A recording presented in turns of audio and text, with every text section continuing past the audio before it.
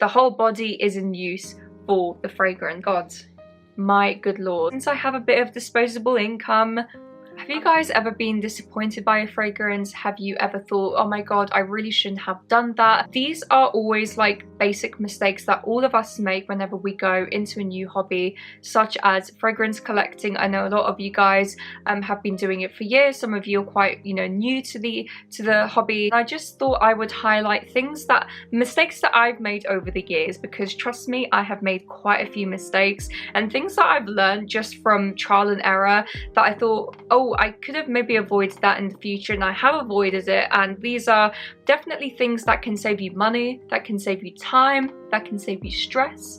Not that fragrances are a stressful thing, but you know, if you're into this community, then I think there are definitely things that you can avoid and mistakes that I've made over the years. So if you guys are intrigued, keep watching and we'll just jump straight in. The first one that I'm going to highlight is one that I think is fairly obvious, and I think most of us, 99% of us, are guilty of, right? And for any of you that aren't, I think you're a very rare specimen in this community. And I think the massive one for me is blind buying. Now, I've stopped blind buying for a few years now. I used to be an advocate for blind buying. It used to be, you know, something that I would get a little bit of an adrenaline rush from, something that would excite me so much. You know, if I heard of a fragrance or if I saw a fragrance online that I was really intrigued by, the automatic reaction would be, I know the notes, I know what kind of vibe I'm going to get from the fragrance, I will buy it then and there. And boy, guys, I learned from my mistakes. Not only was it a waste of money, not only was it a waste of time, I become like really obsessive with things. It really was, it was just such a massive mistake that I used to make many years ago. And since then, I've always recommended to you guys, and I do this myself, I always buy the sample or the travel size. Now, I know that there's like an initial investment when you buy the samples, but I tell you guys, a lot of sample websites now, they do different offers. Like if you buy, say, 4 or more samples, you get like a small discount off. And in general, they shouldn't be that expensive. Like I buy from websites like Small Aromas, Fragrance Samples UK, I think another one is Tiny Fragrances. I'll list some in the description below. Obviously, I know a lot of you guys are from the US, so it might not be relevant to you. Scent City, which is another one, they do lots of niche fragrances out there. There are always ways to avoid blind buying, and I know it's so tempting, and we're going to go down the content creator rabbit hole, you know, later on in this video. But when you are scrolling on social media, which is very much relevant to a lot of you guys since you're watching me, and whether that's YouTube, Instagram, TikTok, all of these platforms, you're going to be seeing people hyping up specific fragrances.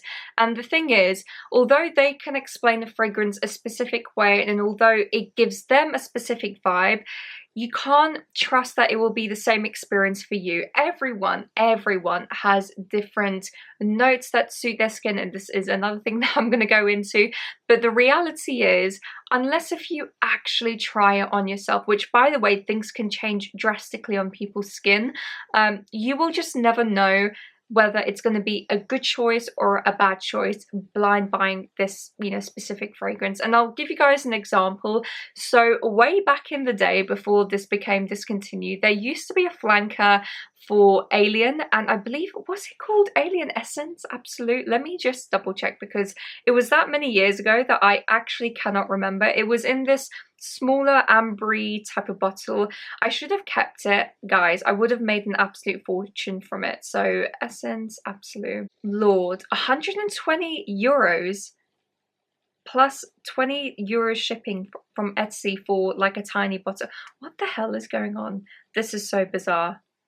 This is so crazy. Anyway, this apparently was like an amber vanilla version of Alien, and I love Alien from Mugler. I know some people really dislike it, but the original formulation of Alien, you cannot even compare to most designer fragrances. It's so out there and it's so beautiful. It really is its own DNA. And when I saw this fragrance being shouted about all across the different platforms, I thought, oh my god, I'm gonna have to blind buy this, aren't I? So I blind bought the fragrance. My god, my good lord, I did not get on with it very well. And the reason being is because it was very medicinal on my skin. Although you kind of had this vanilla ambery type of vibe, which I did really enjoy, the majority of the fragrance was very medicinal, and I literally felt like it smelled like cough syrup mixed with this weird synthetic vanilla. It just wasn't for me at all. Since then, I realized that, you know, I should have given it more of a chance, and I do not dislike it anymore. I kind of like it, but that was one example of a fragrance that I blind bought, and straight off the bat I just really disliked it. I did actually sell it back on Vinted or Depop, somewhere like that, and I made hardly any money from it, and I should have kept the bottle because I know that it's worth so much money now. And I could have actually made a massive profit from it, because it was literally like a completely full bottle. But anyway, that was one blind buying mistake that I made. The next mistake that I made back in the day, and this is a really niche one, by the way, so I don't know if a lot of you will be able to relate with me. I see people online spraying fragrances on their hair. Now, I know it's a very natural response to do, especially when you're spraying your entire body. You'll spray down your arms, you'll spray, you know, on your décolletage, you'll spray all over. I even spray on my ankles sometimes, right? Guys, the whole body is in use for the fragrance. However, one thing that I saw a lot of female content creators do is spray their hair. And I thought to myself, oh, this is like a very normal thing. I would imagine most women spray their hair. For any guys, if you have longer hair, maybe you do the same. But when I used to spray my hair, I always, like, days after, I would realize, oh my God, why does it feel so weird? It felt really awful, brittle, stringy, and I always thought it might be to do with other products that I'm adding in my hair, whether that was hairspray. I don't add a lot of hairspray, guys, like dry shampoo, stuff like this. I even thought it might be to do with like oils I was adding in my hair. Lo and behold, it was the fragrances. Now, I don't know what the chemical composition is that creates that type of reaction with your hair. I guess your hair is made from protein, isn't it? It's like keratin and various different proteins. And I think whatever was in the fragrances, it was breaking down my actual hair strands. And for some reason, it was making them really brittle, dry, just awful, like horrible. And especially if you're into your hair care and if you are an advocate for keeping your hair as healthy and strong as, you know, physically possible, which I definitely am. It's taken me some years to get to that place. I realized after spraying that, I was like, no, I can't be doing this anymore. And since then, if I do want my hair to smell nice, I will just, you know, use very nice smelling shampoo or conditioner. Rarely I will get like a fragranced hairspray, which is, you know, suitable. I know that they make fragrance hairsprays now, which is fantastic. Maybe that's something that you guys can utilize, but please do not make the same mistake of spraying it on your hair, because you might ruin it. No matter what your texture is, you could be 4C or you could be my texture, which is really weird. It's like super fine, but I have lots of hair. I don't know if you guys will be able to see, but there's lots of it. It's just really fine, brittle, dry hair, and just don't do it to yourself, especially if you're on a bit of a health hair journey. There are so many other products that smell beautiful. You don't need to wear the same fragrance on your hair as like the rest of your body. So that is mistake number 2. Mistake number 3, I know all of you watching will be guilty of this, and so have I. I really made the wrong mistake doing this, but overspraying in public. My God, there is nothing worse than if you're around somebody who maybe wears a very heavy, overpowering fragrance that you don't necessarily enjoy the notes, and they're just spraying it constantly to the point where we're talking 10 to 20 sprays. I mean, it's enough to choke some people out. And I've been in situations where I've really disliked the fragrances that people were wearing, not because they smelled awful, but it was just so overwhelming. Like, I've told you guys of the story when I was sat on the train. I think I was making my way down to London, and I was sat next to a woman who had oversprayed. It must have been a Blanche Bette from Liquid Imaginaire. It was a very heavy, musky, lactonic fragrance. When I tell you, I was so tempted to move my seat. Of course, you're kind of designated seats on the train, so you can't necessarily move, you know, all the time. I was just looking constantly, when is the next seat going to be available? Is it turning green? Is it anywhere close? Is it anywhere in my vicinity? I was going through all of these different scenarios because I tell you, I was literally being choked out by this woman next to me. Now, granted, she probably did not mean to do that. She just thought, I'm going to smell nice today and I'm just going to spray a lot of this fragrance over myself. And she probably had the right intention. She just probably wanted to smell really nice. But when you're that close to somebody, when you're sat right next to them, it can be so much. And even when I've told you guys this other story when I was in Jersey recently this year, there were two ladies who were wearing Guidance from Amouage. Now, I quite like Guidance. I think Guidance is a beautiful fragrance. But when I tell you, they oversprayed that bottle till its very last legs. It was practically an empty bottle by the time that they used it, because it was just projecting from the other side of the room. It was just unbelievable. All I could smell was Guidance. And, you know, there are other people who want to smell what they're smelling. I couldn't even smell my own fragrance. And I know that you become anosmic to it, but they had really sprayed so much of this that every single person in that vicinity looked at them like, whoa, this is a bit too much. So anyway, that is mistake number 3. So mistake number 4 is, I guess, I don't know whether this could be classed as a mistake or something that you can learn from, but knowing what notes suit your skin. And I know there's like a lot of debate on whether components and notes actually change that drastically on people's skin. I definitely believe it does, based on your pheromones, based on, even down to what body wash you have in the shower, what shower gel you use, what creams you use on your body. I think there are so many different factors that play into which notes suit you and which notes do not suit you. And I've been a victim of this. I've worn different notes which I thought would be really nice on my skin, and lo and behold, they smelled awful. And one particular note that does this all the time on me is different musks. I find white musk does really well on my skin, but any other musk is just a big no-no.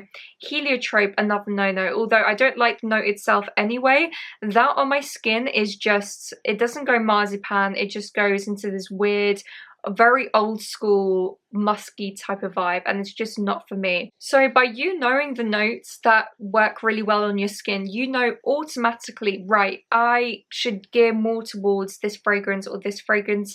Granted, there will be fragrances that will include the notes that don't necessarily work on your skin, but just know that it is the base notes that you're looking for. I know a lot of people concentrate on the top and mid notes, which is fair enough. I think that's the first impression that you'll get on a fragrance.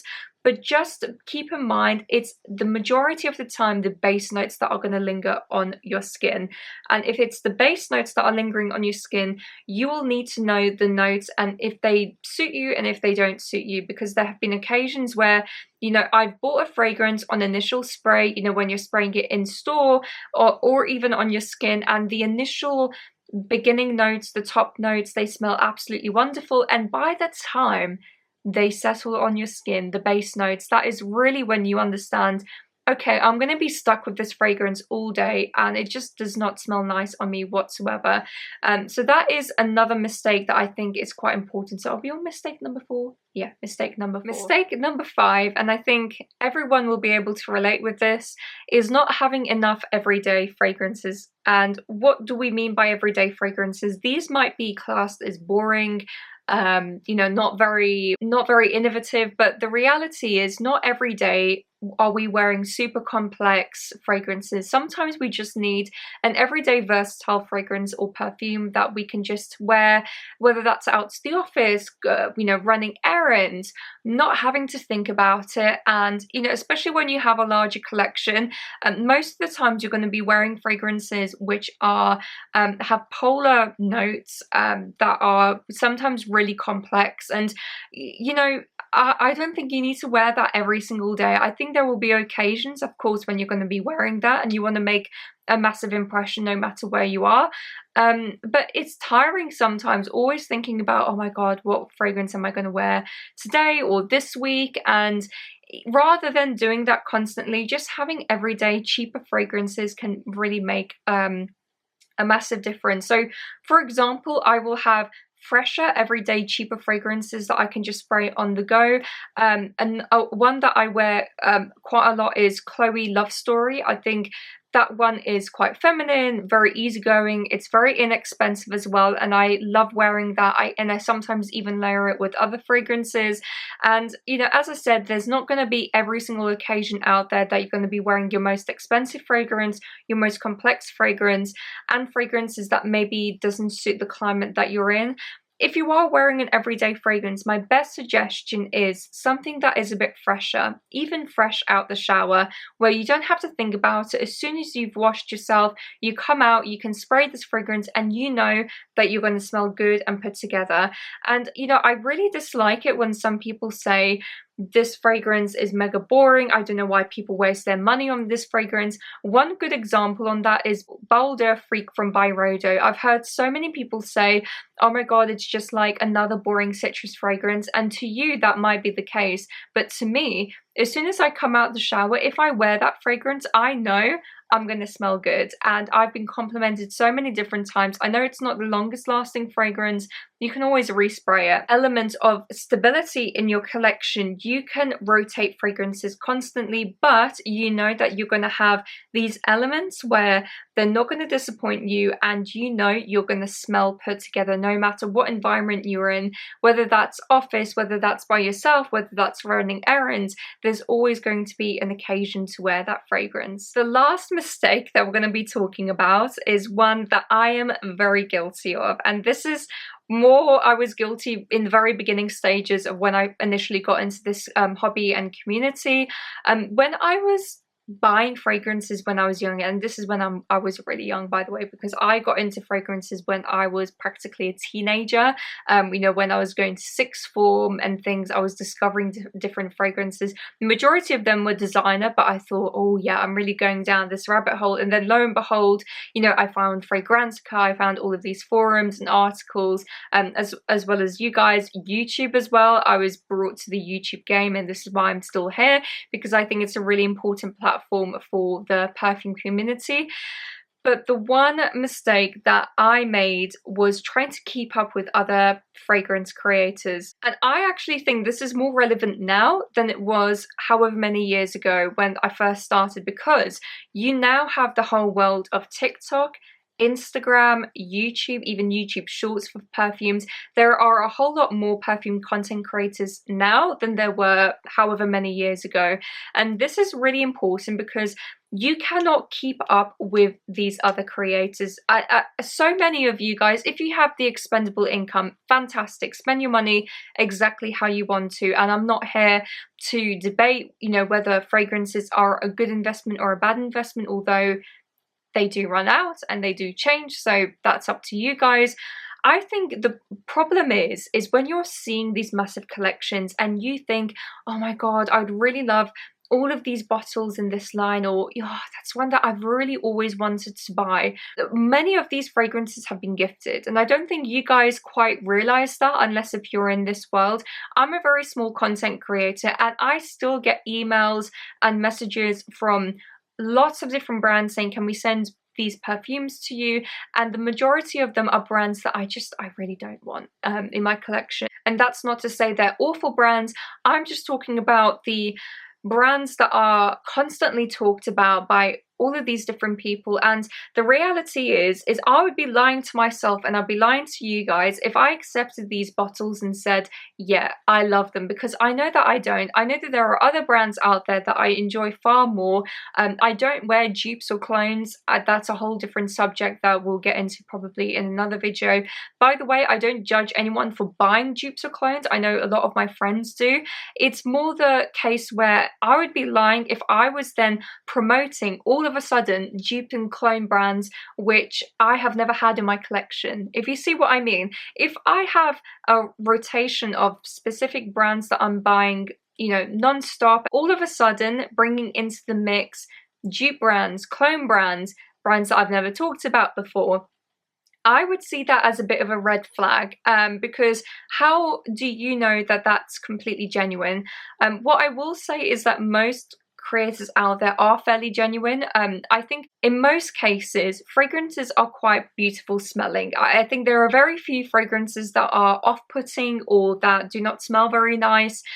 So in most cases, they're going to smell really good. But do they take onus over the other brands that you wear on a daily basis? I don't think so. And I think it'd be a shame that you guys think that you need to keep up with people who have these insane collections.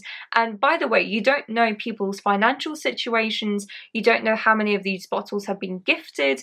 You don't even know if these people are wearing these fragrances on a daily basis. I actually respect a lot of you guys who have commented on my videos previously and have said, I quite like the fact that you show these fragrances over and over. And I know sometimes it can be probably repetitive for you guys, and I'm so sorry if it is. I don't mean to be repetitive, you know, with the fragrances that I'm showing. But the reason why I do that is because I want you guys to have a fair opinion of me, of knowing that I am actually wearing these fragrances. And if I'm not wearing them as often as other ones, I will say in my video, I don't wear this as often as I should. So all of this to say, do not compare yourself to other people online. And this doesn't just go with fragrances, by the way, this goes with every hobby and industry out there. This can be clothes, this can be cars, this can be watches, whatever you guys are into. Do not ever compare yourself with other people that you see online. So that is my biggest advice to you guys. And I was super guilty of this because when I first got into the community, I had seen all of these articles, pictures, YouTube videos of people who had insanely good collections, and I thought, oh, you know, since I have a bit of disposable income, I'm gonna buy all of these fragrances on my wish list, and I bought multiple of them within every single month. And I think there needs to be some type of reflection in your life where you think, do I really need to buy like 5 to 10 bottles a month? Like, is this sustainable, not only for my wallet, but also for my own for my own mental? Like, do I really need to buy all of the fragrances all the time? And I think in this society, what I've realized over the years is that we love immediate satisfaction, and I'm like the worst person when it comes to this. I think most of us will relate to the fact that whenever we see things online and in immediate vicinity to us, whether that's online, in person, wherever you are, you want that instant gratification. And I've had to tell myself so many times, no, wait another month, no, wait another few months. And there will be times when you just, you know, you smell something and you say, oh my God, I just want it. But think to yourself, do I really have something that is similar to that in my collection? Do I really need this right now? And this is where, you know, going back to the beginning of the video, travel sizes are a fantastic option because you can still wear the fragrance, but you can really see, am I wearing it to the point where I've completely finished the travel size like that, or am I not wearing it as often as I would have liked? So anyway, I really hope that you guys enjoyed this video. If there are any mistakes that you have made when it comes to buying fragrances, using fragrances, or just things that you've spotted in the community, please let us know down below, and I will catch you in my next video. Bye guys.